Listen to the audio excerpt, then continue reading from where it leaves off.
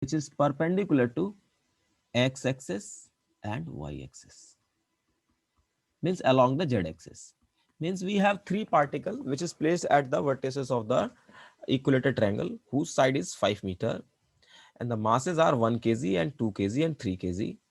So we have to calculate the moment of inertia of this kind of system, this type of system which consists of particles about the y-axis and about the x-axis, and one axis which is perpendicular to this both axis, which is passing through this point, passing from the origin. So solve through the origin.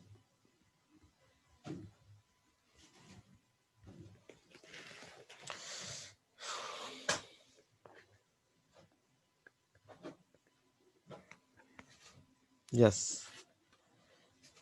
कैसे करेंगे सवाल solve?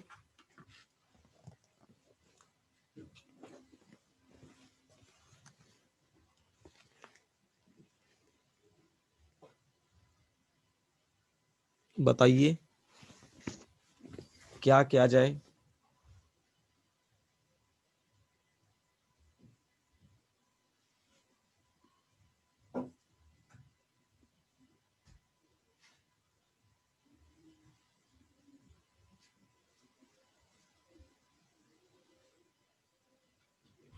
क्या किया जाए, कैसे करें? Hello, yes sir. कैसे करें? देखो, मैंने लास्ट क्लास में ये फॉर्मूला बताया था और बहुत चीजें बताई थी इसके बारे में। हाँ, अब मैंने कहा था मोमेंट ऑफ इनर्शिया जो है वो वो डिपेंड एक्स करता एक्सिस है, के थ्रू। एक्सेस ऑफ रोटेशन पे डिपेंड करता है, दूसरा डिस्ट्रीब्यूशन ऑफ मास के ऊपर डिपेंड करता है, तीसरा शेप ऑफ द बॉडी पे डिपेंड करता है। तो right now we have no body, तो ये वाला तो हमें काम ही नहीं है अभी इसके बारे में डिस्कशन करने का।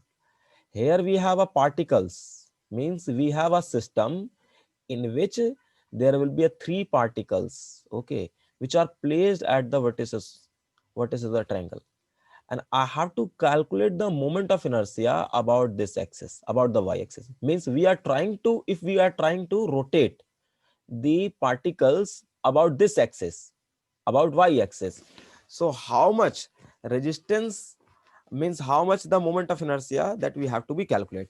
So right now we have, this is the axis of rotation, okay, so we know the axis of rotation. कोई भी क्वेश्चन करने से पहले मोमेंट ऑफ इनर्शिया का first we have to think, we have to choose the about which axis particles going to be rotate. so this is the question में ही given होगा, so this is the axis about which particle will be rotate. And now मैंने यहाँ पर बताया था that moment of ji inertia of a system of particle that is should be equal to summation में I equal to 1 से लेकर के, if there will be infinite number of particles then we put here infinity, but because there will be only 3 particles, so we can say I equal to 1 to I equal to 3 and mi into ri square. So what is this mi? This is the mass of the particles, individual particles. And what is the ri here? Ri is actually what is the distance? It is the distance of center of mass. Very important. Ri is the distance of center of mass of particles. Mi means what? Means what? Suppose we have when I drive this formula, I tell you I am going to rotate this body about this axis, and we consider a particle which is placed at a distance ri from the axis of rotation, from the axis of rotation. So here r stand for what? R stand for x, distance of center of mass of particle mi from the axis of rotation, from the axis of rotation, axis of rotation, of rotation. Is it fine? Hello, yes sir. हाँ, तो पहला task क्या है हमारा? पहला task है access of rotation देखना, किस एक्सेस के अबाउट हम रोटेट कराएंगे पार्टिकल्स को. दूसरा टास्क क्या है हमारा? दूसरा टास्क क्या है कि हर एक पार्टिकल का डिस्टेंस निकालना है। कहां से? उसके एक्सेस और रोटेशन से। ठीक है, हेलो। जी। Yes, sir. हाँ, तो पहले अगर मैं देखूं, पहला वाला पार्टिकल ये इसी एक्सेस के ऊपर ही रखा हुआ है, इसी एक्सेस के ऊपर ही रखा हुआ है। जब कोई पार्टिकल उसी एक्सेस पे होगा तो उसका डिस्टेंस क्या हो जाएगा? आर आई क्या हो जाएगा? 0, यानी R1 इक्वल टू मैं क्या कह सकता हूं? 0 यहां पर। ठीक है, कोई प्रॉब्लम? हाँ। Yes, sir. और ये जो दूसरा पार्टिकल नहीं है सर। Yes, sir. वो कितने डिस्टेंस पे यहां से? 5 मीटर पे है। सो R2, 5. हाँ 5 मीटर हो गया, और R3 ये डिस्टेंस हो जाएगा। ठीक है, कितना होगा ये distance? 5/2। So R3 going to be 5/2, correct. This is the second step. Yes Yes, sir. sir.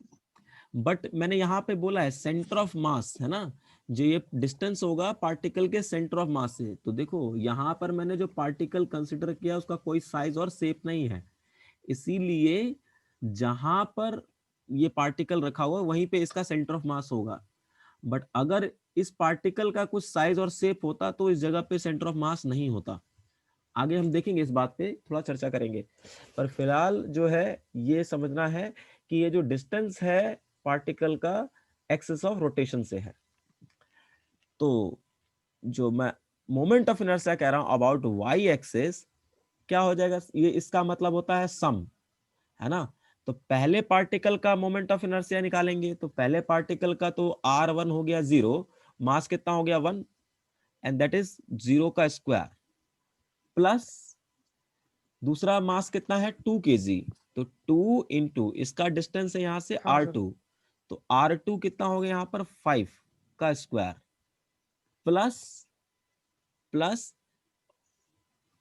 Plus M3, what is the M3? 3 that into is 3 kg, 3. और ये डिस्टेंस कितना हो गया यहां से 5/2 का होल स्क्वायर, करेक्ट। तो मोमेंट ऑफ इनर्शिया जो आ जाएगा yes sir. About the Y axis कितना आ जाएगा? 55 25 दूनी 50, और यहाँ पे दूनी 4 25, 25 या 75, 75/4, 15। नहीं ना, 55 25 बटे हाँ। 75/4 ना, 4 4 5 200, 275, 275 अपॉन में 4, यानी 275/4। What is the unit?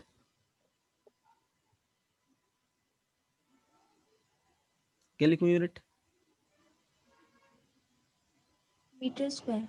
हाँ। Metre square. मास में Kg तो है, meter square. हाँ केजी मास है, Kg. और हाँ Kg KG meter square. KG metre square. Without unit metre. Everything is useless in physics. KG metre square, correct. तो ये मोमेंट ऑफ इनर्शिया हमने निकाला है वाई यस सर। एक्सेस के अबाउट। ठीक है, अब इसी पार्टिकल्स को, हाँ। यही सिस्टम को यदि मैं रोटेट करता किसके अबाउट? एक्स एक्सेस के अबाउट, ठीक है, तो मोमेंट ऑफ इनर्शिया कितना होगा?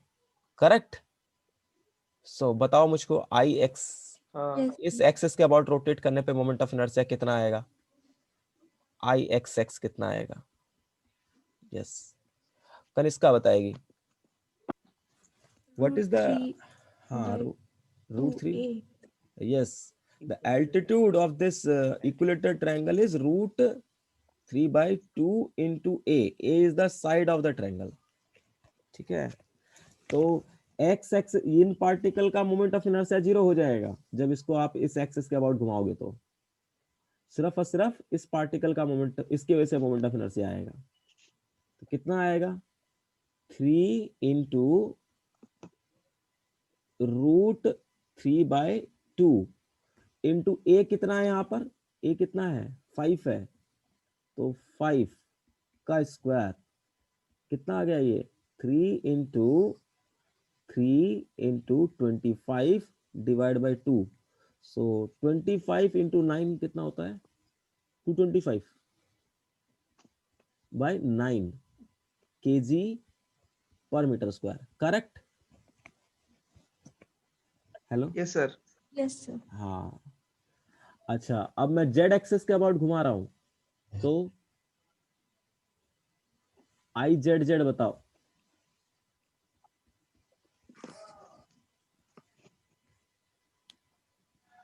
R2 कितना होगा अगर जेड एक्सिस से डिस्टेंस, यही होगा ना 5 मीटर।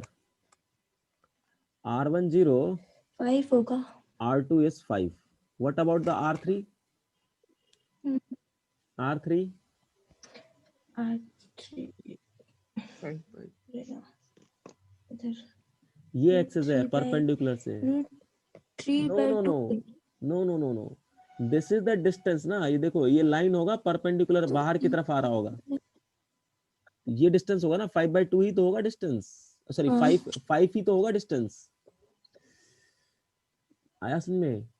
जो लाइन, हाँ यस सर। किसी को दिक्कत है यहाँ हाँ पर? 5 ही होगा ना ये डिस्टेंस। तो यहाँ हाँ एक्सेस जो कि इसके अंदर जा रहा होगा हाँ उससे 5 डिस्टेंस होगा।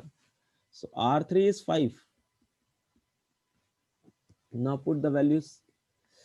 तो यहाँ पर आ गया फर्स्ट मास इज 1 kg, 0 का square, plus second mass is 5, नहीं सॉरी 2 इंटू 5/5 का स्क्वायर, प्लस 3 इंटू 5 का स्क्वायर।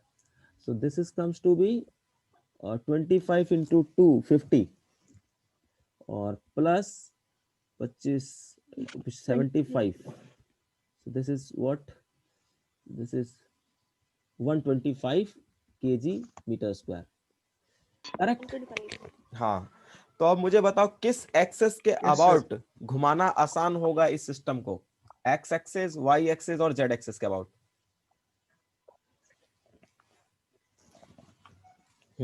किस एक्सेस के अबाउट घुमाना आसान होगा? एक्स एक्सेस के अबाउट, वाई एक्सेस के अबाउट, या जेड एक्सेस के अबाउट?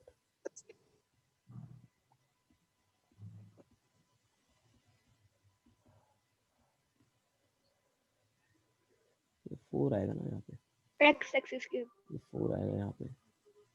एक्स एक्सेस नहीं, के अबाउट X axis. Yes. क्यों? Yes sir. क्यों क्यों Yes, sir. क्योंकि क्यों? 225 डिवाइडेड बाय 9 करेंगे तो 25 टेबल में कट। नहीं नहीं 9 नहीं है, 4 है यहाँ पे। एक्स एक्सेस के अबाउट घुमाना आसान तब पर होगा। भी 56.25 आएगा। क्यों क्यों? वाई? क्योंकि मोमेंट ऑफ कम है इनर्शिया ना कम आ कम रहा है है। वहां पर इसलिए। हाँ, तो यानी हम अगर इसी पार्टिकल्स को, यानी इन तीनों पार्टिकल्स को यदि एक्स एक्सिस के अबाउट घुमाएंगे तो सबसे इजीली ढंग से इसको घुमा सकते हैं, ठीक है, इन तीनों पार्टिकल को। और सबसे डिफिकल्ट किस एक्सिस के अबाउट होगा घुमाना? जेड एक्सिस के अबाउट, क्योंकि इसके अबाउट जेड। जो मोमेंट ऑफ इनर्शिया जो आएगा वो ज्यादा आएगा, करेक्ट। Yes sir. अच्छा, एक जी। चीज यहाँ पे देखो, यदि इन दोनों को ऐड करूं मैं, इन दोनों को ऐड करो, आई एक्स एक्स प्लस आई वाई वाई करूं, कितना आ जाएगा बताओ?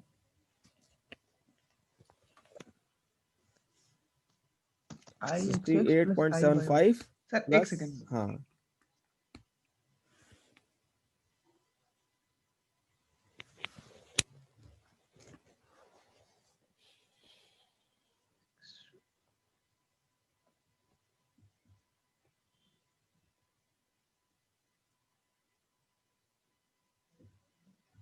टू 125 kg मीटर स्क्वायर, 125 आएगा। यही आ रहा है ना। और ये किसके बराबर है? आई जेड जेड के बराबर है जेड ना? के बराबर है। हाँ, कहने का मतलब क्या हुआ यस सर। कि जो मोमेंट ऑफ इनर्शिया हमने एक्स एक्सिस के अबाउट निकाला और वाई एक्सिस के अबाउट निकाला, अगर मैं उसका सम करता हूं तो वो मोमेंट ऑफ इनर्शिया किसके अबाउट आ रहा है? जो ऐसे एक्सिस के अबाउट जो कि एक्स एक्सिस और वाई एक्सिस के परपेंडिकुलर है, correct correct. Yes sir. So it is called अभी मैं आपको दो थ्योरम बताऊंगा आने वाले टाइम में, एक पैरेलल एक्सिस थ्योरम, एक perpendicular axis theorem.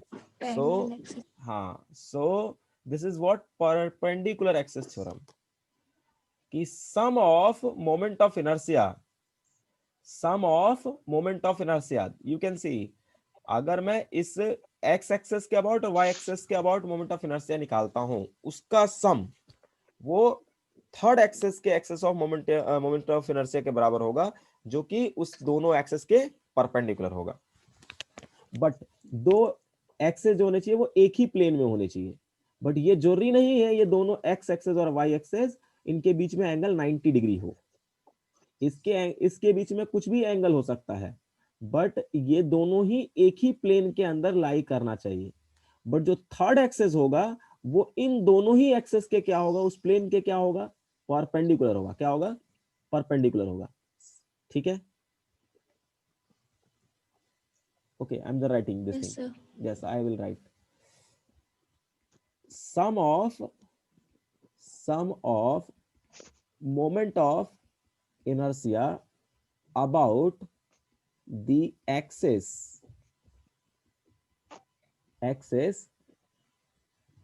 contained in one plane equal to sum of moment of inertia about the axis contained in one plane equal to moment of inertia about the axis which is perpendicular to axis perpendicular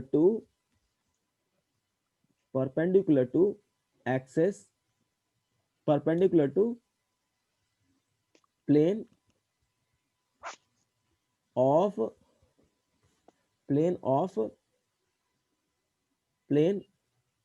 in which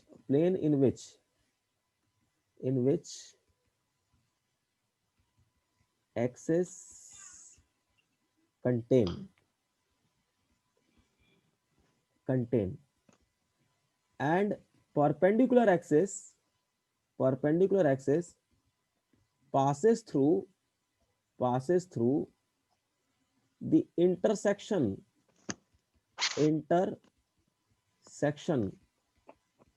Section. point of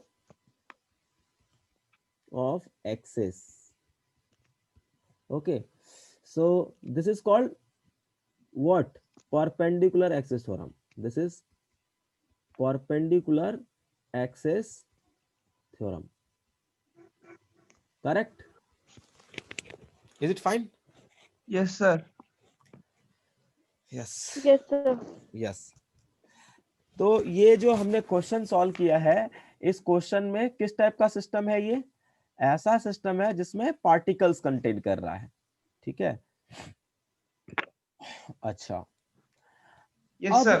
हाँ, अब कुछ इस type का system होता है जिसमें particles नहीं होते हैं, क्योंकि एक्चुअली में मैं आपको शुरू से जब मैंने सेंटर ऑफ मास से पढ़ाना स्टार्ट किया तो मैंने वहां से ही बोलना स्टार्ट किया था कि we will consider the shape and size of the system. ठीक है, before of that we consider every system as a particle.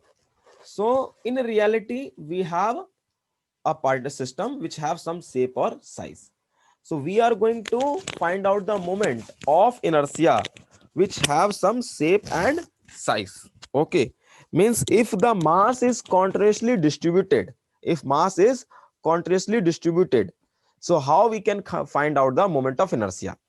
Here in this we can apply this formula, we can apply this method for what kind of system? Where discrete mass are there. Okay, when means there is some particles in a only finite number of particles are available, so that time we apply this formula to finding out the moment of inertia.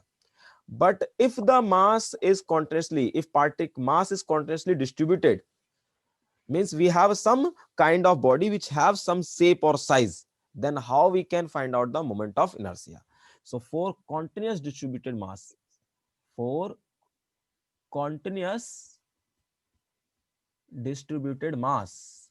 distributed mass, for continuous distributed mass, how we can find out the moment of inertia? We approach what kind of method? Integration method.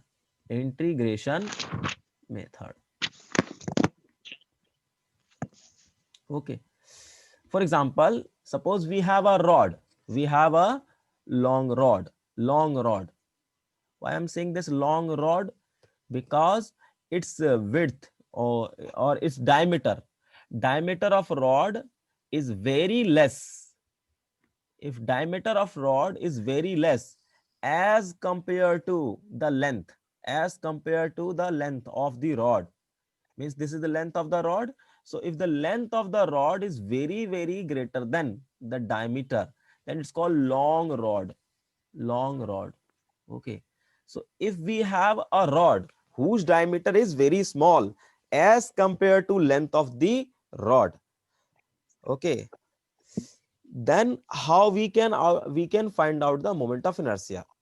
You can see here there is a infinite number of particles which is continuously distributed over the rod. So in this situation we cannot apply this formula. So to finding out the moment of inertia of this kind of system, we have to apply the integration method. Is it fine? Hello? Yes, sir. Sir. Yes. So first we have to consider, क्या करेंगे पहले? We have to first consider a particle on this continuous body. Okay. So I am going to consider a very छोटा एक छोटा सा particle consider किया. Okay, let's suppose this is dx and the mass of this particle become dm. तो जब भी कोई भी कॉन्टिन्यूसली डिस्ट्रीब्यूटेड होगा रॉड, तो उसमें एक छोटा सा मास हमें कंसिडर करना पड़ेगा. ठीक है, एक छोटा सा पार्टिकल कंसिडर करना पड़ेगा. और उससे पहले मोमेंट ऑफ इनर्शिया निकालने से पहले आपको पता होना चाहिए कि किस एक्सिस के अबाउट आप मोमेंट ऑफ इनर्शिया निकालना चाहते हो. तो I am going to calculate the moment of inertia about this axis which is passing through the edge of the rod. Okay, so this is the one edge of the rod. So this is the axis of rotation. So I want to rotate this rod about this axis. So I have to calculate what is the moment of inertia of the rod about this axis. I giving this name of this axis is O. Then अगर ये पूरा body के बदले पूरी body का moment of inertia calculate करने से पहले हम क्या करते हैं, एक छोटा सा पार्टिकल इसके ऊपर मान लेते हैं, इसका मोमेंट ऑफ इनर्शिया हम कैलकुलेट करते हैं. ठीक है, तो यहां पर ये जो डिस्टेंस है इस पार्टिकल का इस वाले एक्सिस से मान लेते हैं कितना है, x है. और ये जो पार्टिकल का मैंने साइज कंसिडर किया है वो dx किया है, जिसका मास क्या है, dm है. तो इस छोटे से पार्टिकल का moment of inertia about this axis क्या हो जाएगा इस छोटे से पार्टिकल का, बताना. dm dx square. Yes, dm dx square. Yes, dm हो गया छोटे से पार्टिकल का मास, और इस पार्टिकल का जो डिस्टेंस है, इसका सेंटर ऑफ मास का जो डिस्टेंस है छोटे पार्टिकल का, वो x है. So that's why we write x square. So this is the di. This is the moment of inertia of this small particle. But there will be infinite number of particles. This kind of particle is placed here, but this is infinite. So if we are calculating the moment of inertia of all particles and add them, then we get total moment of inertia of the rod about this axis. Okay. So here add means what? Integration. Adds means what? Integration. So I am going to consider infinite number of particles over this rod, and we calculate the moment of inertia of all particle about this axis and then add. Okay, so this is the add. So we get total moment of inertia. So if we integrate this, we get I. So I is equal to dm into x square. So this formula is applicable when mass is distributed. Mass is continuously distributed. So that time you have to apply this formula. Where remember x is what? It is the distance of center of mass center of mass of a particle dm from the axis of rotation,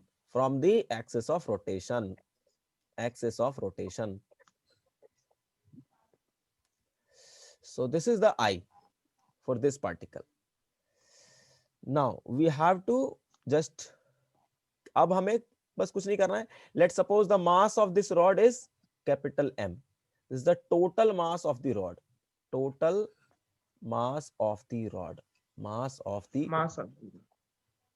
ठीक है. तो अब मुझे बताओ, अगर length L है, I'm going to apply unitary method because I have to, because you see here we have to integrate dm, but here is a variable is x square. So we have to convert this m into x square or x into m such that we can solve this integration. So to do this, we have to apply the unitary method. So I am applying unitary method. So what it said, for length L, mass is m. So for 1 unit length, what is the mass? M by L. Is it fine? M by L. हाँ. Yes, So sir. Yes, sir. so for this length, what is the mass? That is dm. That should be equal to m by L into dx. Correct? Yes, sir. मेरे पास, हाँ, important क्या है, देखो ये मैं जानता हूँ आपको बहुत इजी चीजें हैं, बट इंपॉर्टेंट क्या है, जो मैं यहाँ पे थ्योरी बता रहा हूँ, इसमें जो कॉन्सेप्ट्स मैं बता रहा हूँ, वो चीजें कैसे आपको अप्लाई करना आना चाहिए. तो आप अगर बारीकी से चीजों को करोगे तो ही रहेगा, स्टेप बाय स्टेप चीजें सोचना है, अदरवाइज बड़ा डिफिकल्ट हो जाता है चीजें. तो dm equal to m by L into dx हो गया. अब मैं बस यहाँ पे फॉर्मूला पुट कर रहा हूं. तो I is equal to m by L dx into x square. Then what happened? X square into m by l into dx.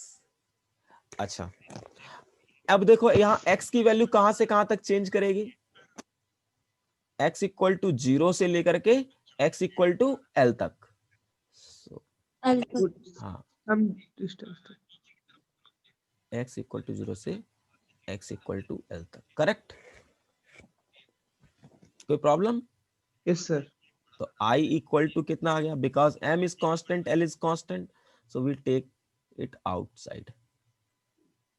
This is x square dx from x equal to 0 to x equal to l. Now this is m by l. So what is the integration of x square? X cube by 3 X cube. 0 to l. So I comes to be m l square, क्योंकि एक l cube आ जाए ना, तो l square by 3. So this is the moment of inertia of the rod. This is the moment of inertia of the rod when we are going to rotate this rod about this axis. Correct? Hello? Yes, sir. Easy? है ना? Yes, काफी sir. easy. तो Yes, sir. हाँ, तो एक और situation देखते हैं कि यहीं पर यदि मेरे पास एक रॉड हो, ठीक है, और इसको मैं इधर इस एक्सिस से ना रोटेट करा करके मैं इस एक्सिस से रोटेट करा रहा हूं, जो कि इसके सेंटर ऑफ मास से पास कर रहा है. Means I am going to consider a axis which is passing through the center of mass of the rod. So we know that where the center of mass at a distance L by 2. So this is the center of mass. यहां से ये axis pass कर रहा है, and I have to find out what is the moment of inertia about this axis which is passing through the center of mass. Okay. So okay, if the length of the Yes, rod yes.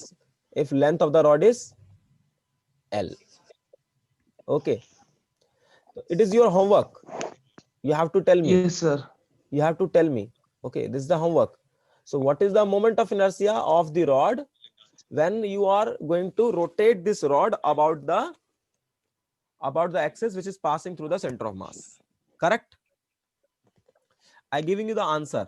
Yes, That is sir. equal to Yes, sir. हाँ ml square by 12. ये answer भी बता दिया मैंने आपको. तो आप मुझे बताओगे कितना आएगा, कैसे आया ये. अच्छा, तो यदि आप ध्यान से देखो इसी रॉड को, हाँ इसी रॉड को यदि मैं इसके इस एक्सिस के अबाउट जो कि इसके एंड से पास कर रहा था, तो हमने निकाला था कितना, ml स्क्वायर बाय 3 निकाला है. बट वहीं पर अगर यही एक्सिस इसके सेंटर ऑफ मास से पास कर रहा है तो कितना आ रहा है, ml स्क्वायर बाय 12 आ रहा है. आ रहा है बात समझ में, है ना? Yes, sir. है ना? तो आप मुझे बताओ कि इस रॉड को अगर मैं एक एंड से घुमाऊं तो आसान होगा घुमाना, या फिर उसके सेंटर ऑफ मास को के तरफ से पकड़ करके घुमाऊं तो होगा आसान.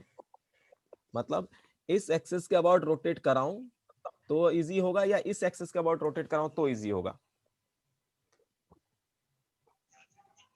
सेंटर ऑफ मास के अलावा. हाँ, क्योंकि इसके अबाउट देखो मोमेंट ऑफ इनर्शिया कितना आया है, ml स्क्वायर बाय 12 आ रहा है. बट अगर आपने, हाँ अगर इसके अबाउट आपने रोटेट कराया तो ml स्क्वायर बाय 3 आएगा. तो ये ज्यादा है और ये क्या है आपका, कम है.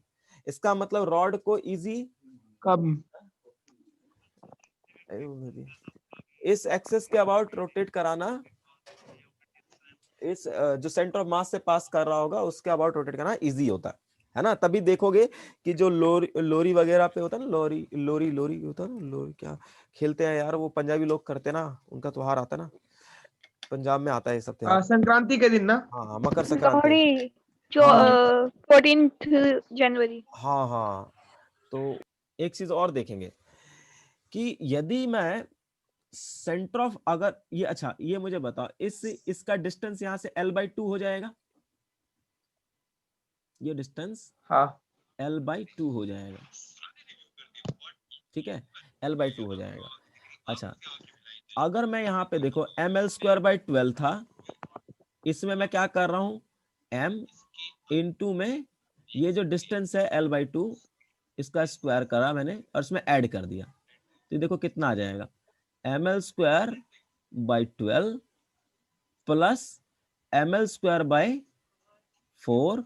So this is comes to be ml square by 12 into में 1 plus में 3. So this is comes to be ml square by 3. है कि नहीं?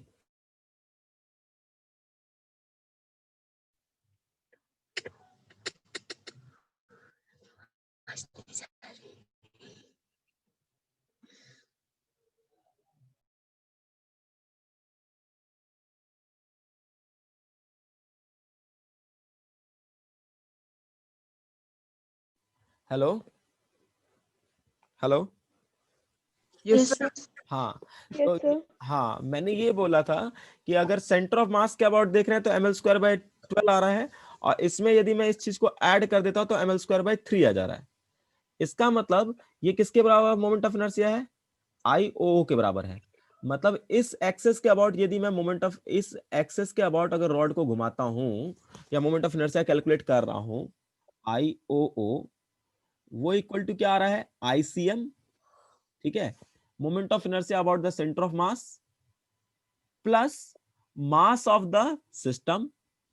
मास ऑफ द सिस्टम मतलब mass of the rod into में इन दोनों एक्सेस के बीच का डिस्टेंस, इन दोनों एक्सेस के बीच का डिस्टेंस कर रहा था. तो d is the distance between the axes. ये दोनों बराबर, यानी ICM इस एक्सेस के अबाउट मोमेंट ऑफ इनर्शिया निकाला. उसके बाद अगर मैं इस एक्सेस के अबाउट मोमेंट ऑफ इनर्शिया निकालना चाहता हूं तो मुझे कुछ नहीं करना, इस रॉड का मास लेना है और साथ में इन दोनों एक्सेस के बीच का डिस्टेंस का स्क्वायर कर देना है. ये टर्म ऐड कर देंगे तो मुझे इस एक्सेस के अबाउट मोमेंट ऑफ इनर्शिया मिल जाएगा. करेक्ट? Hello hello. सर एक और Yes, बार. sir. हाँ मैं एक बार और बोल रहा हूँ कि मैं ये कह रहा था, देखो अभी मैंने ml स्क्वायर बाय 12 जो निकाला है वो सेंटर ऑफ मास, वो एक्सेस के अबाउट निकाला है जो इसके सेंटर ऑफ मास से पास कर रहा था. उसमें मैंने क्या ऐड किया, उसमें मैंने ऐड किया इस रॉड का मास और साथ में इस एक्सेस, दोनों एक्सेस के बीच का जो डिस्टेंस है वो कितना है, d l/2 है, उसका स्क्वायर करके मैंने इसे ऐड किया। तो जब मैं ऐड कर रहा हूं इसको तो मुझे आ रहा है कितना, ml²/3, जो कि पहले क्या किसके बराबर है कि ये मोमेंट ऑफ इनर्शिया उस एक्सिस के अबाउट है जो कि इसके इस एंड से पास कर रहा था।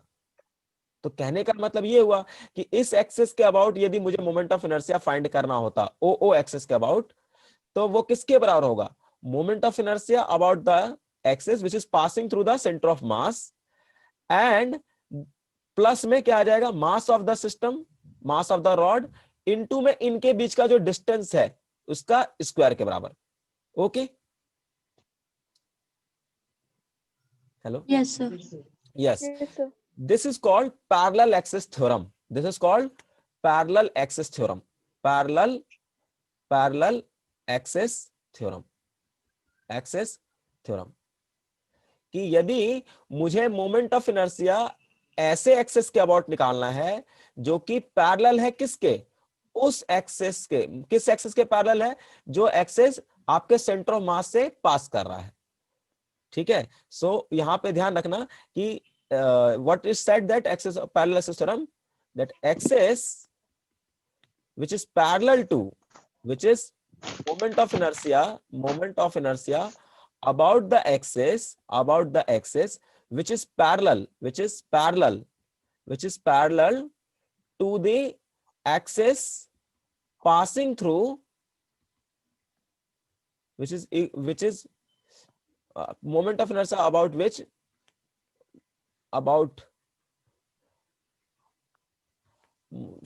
moment of inertia about the axis which is parallel सही लिखा था, which is parallel to the axis passing through the center of mass of the system,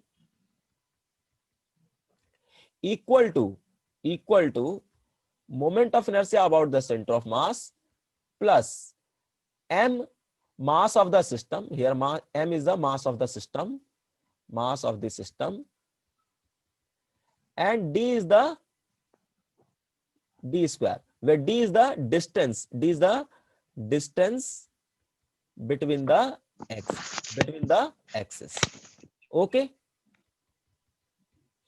any problem? Yes, sir. So actually we discussed two things, okay, 2 and 3 things. What I discussed, we actually discussed parallel axis theorem, another is the perpendicular axis theorem. Okay, so in a perpendicular axis theorem is what said कि आपके पास कोई भी system है, whatever the type of system, suppose we have this kind of body, so I am going to rotate, okay, I am going to rotate this body about the axis, okay, suppose about this axis and about this axis, okay, about this axis, but ये जो axis है वो एक ही plane में lie कर रहा है, जरूरी नहीं है इनके बीच में एंगल कितना हो, 90 डिग्री हो, बट ये जो एक्सिस है वो एक ही प्लेन में लाई करना चाहिए। तो इस एक्सिस के अबाउट जो मोमेंट ऑफ इनर्शिया निकालूंगा और इस एक्सिस के अबाउट जो मोमेंट ऑफ इनर्शिया निकालूंगा, अगर उनका सम कर देता हूं तो वो किसके बराबर होगा, उस एक्सिस के मोमेंट ऑफ इनर्शिया के बराबर होगा, जो कि इस एक्सिस के क्या होगा, इन दोनों एक्सिस के क्या होगा, परपेंडिकुलर होगा, और पास किससे कर रहा होगा, जहां पर ये इंटरसेक्ट करें उसी पॉइंट ऑफ इंटरसेक्शन से पास कर रहा होगा। ठीक है, विच आई जेड, मतलब ये जो एक्सिस है, ध्यान रखना, ये जो एक्सिस है वो इसके भी परपेंडिकुलर होगा, इसके भी परपेंडिकुलर होगा, और पास किससे करेगा, जहां पर ये इंटरसेक्ट कर रहे थे एक्सिस। ठीक है, बट ये दोनों एक्सिस एक ही प्लेन में होने चाहिए, इनके बीच में एंगल 90 डिग्री भी हो सकता है, नहीं भी हो सकता है। ठीक है, सो this is called perpendicular axis theorem, this is called perpendicular axis theorem. And last one is parallel axis theorem. So we have a two axis, we know the moment of inertia about the center of mass, then what we have to do, we have to find out the moment of inertia which is parallel to that, okay, that is I okay about, correct? Hello, Yes, sir. हाँ, so this is parallel axis theorem. दूसरा एक चीज और यहाँ पर बात important है, मुझे बताओ किसी भी रॉड को कौन से एक्सेस के अबाउट रोटेट कर, किसी भी सिस्टम को यदि मुझे रोटेट करना है तो किस एक्सेस के अबाउट रोटेट कराना ज्यादा इजी होगा? माय क्वेश्चन इज क्लियर कि मैं ये कह रहा हूं कि मेरे पास कोई भी एक सिस्टम है जिसको मुझे रोटेट कराना है, तो ऐसे कौन से एक्सेस के अबाउट रोटेट कराना चाहिए जिसकी वजह से मोमेंट ऑफ इनर्शिया कम आए, मींस इजी हो रोटेट कराना?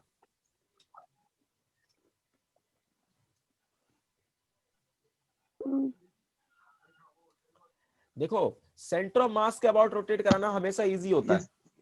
सेंटर ऑफ मास के अबाउट रोटेट कराना इजी होता है, क्योंकि इसके इस एक्सेस के अबाउट अगर तुम मोमेंट ऑफ इनर्शिया निकालोगे तो हमेशा मिनिमम आएगा, मोमेंट ऑफ इनर्शिया कम आएगा as compare to other axes which is not passing through the centre of mass.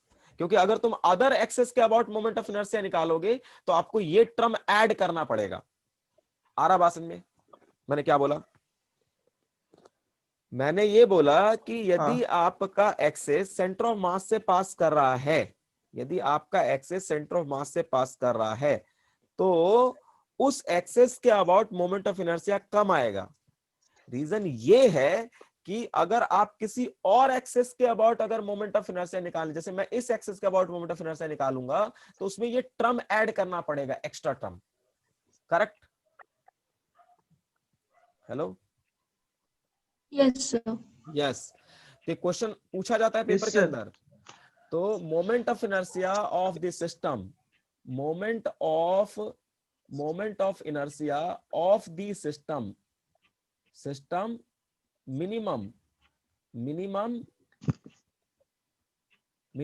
about the axis which is passing through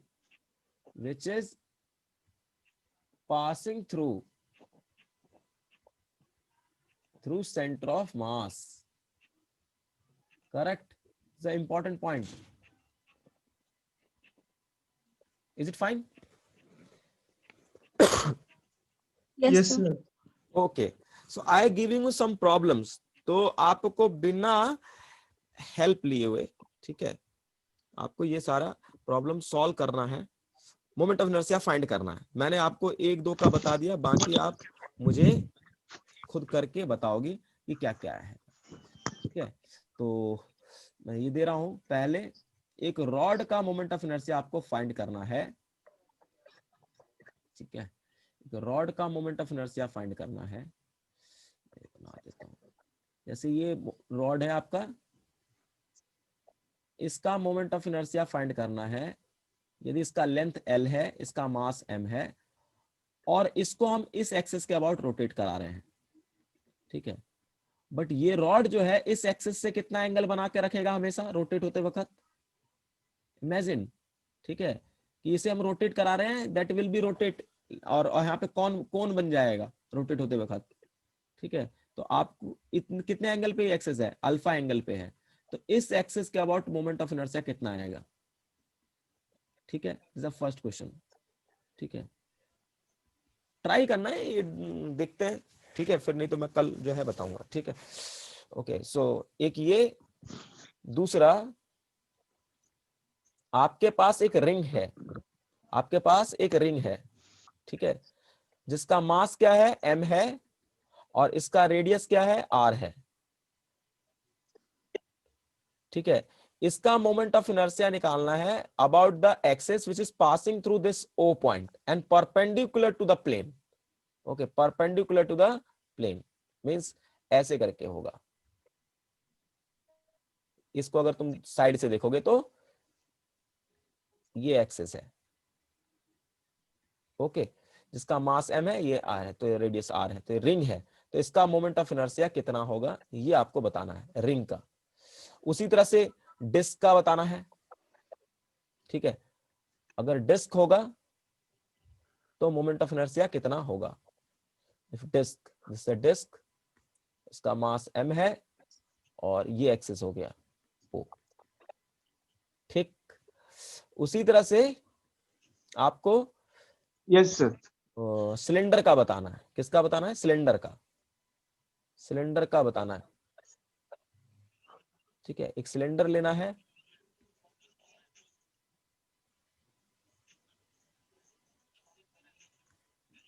ठीक है, इसका मोमेंट ऑफ इनर्शिया बताना है जब ये हॉलो होगा तब, और जब ये सॉलिड होगा तब। मतलब हमारे पास एक सिलेंडर है जिसका मास m है, रेडियस r है, और लेंथ जो है इसका l है। तो इस सिलेंडर का मोमेंट ऑफ इनर्शिया क्या होगा, इस सिलेंडर का मोमेंट ऑफ इनर्शिया क्या होगा व्हेन होलो, होलो सिलेंडर है तब, और जब सॉलिड है तब। ठीक है, okay, so you have to be solve these problems and you have to tell me what is the moment of inertia of this kind of system. Correct? Yes, sir. Yes, sir. Yes, sir. ठीक है, तो आज मैं अपना ये discussion यही पे रखता हूँ। कल हम लोग पढ़ेंगे टॉर्क। ठीक है, नेक्स्ट क्लास में टॉर्क पढ़ेंगे और कंजर्वेशन ऑफ एंगुलर मोमेंटम और एंगुलर मोमेंटम वगैरह पढ़ेंगे। ठीक है, तो एक और क्लास चाहिए बस। ओके, सो Yes, sir. वाइंड अप करें।